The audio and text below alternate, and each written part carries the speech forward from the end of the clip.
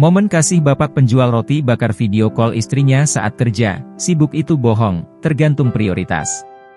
Tengah ramai momen penuh kasih saat seorang bapak penjual roti bakar di pinggir jalan tetap menghubungi istrinya di tengah kesibukan. Hal itu kini ramai usai diunggah di sosial media, salah satunya akun Instagram @abuutetik pada Kamis, 22 Agustus 2024. Sibuk itu bohong, semua tergantung prioritas. Seperti bapak ini masih VC istrinya, tulis keterangan pada unggahan. Pada unggahan, terlihat perekam video menyorot momen kasih saat ia sedang membeli roti bakar di pinggir jalan. Bapak-bapak penjual roti bakar di depannya terpantau sedang melakukan video call bersama istrinya di tengah kesibukan melayani pelanggan. Nampak bapak-bapak berkaos biru tersebut meletakkan handphonenya di atas gerobak dan dengan disenderkan ke box.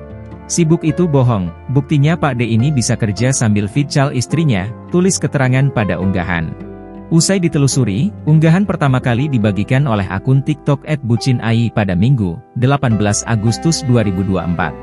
Hingga berita ini dimuat, belum diketahui waktu dan lokasi kejadian pada video yang kini viral. Video yang berdurasi 15 detik ini pun kini ramai ditanggapi oleh warganet.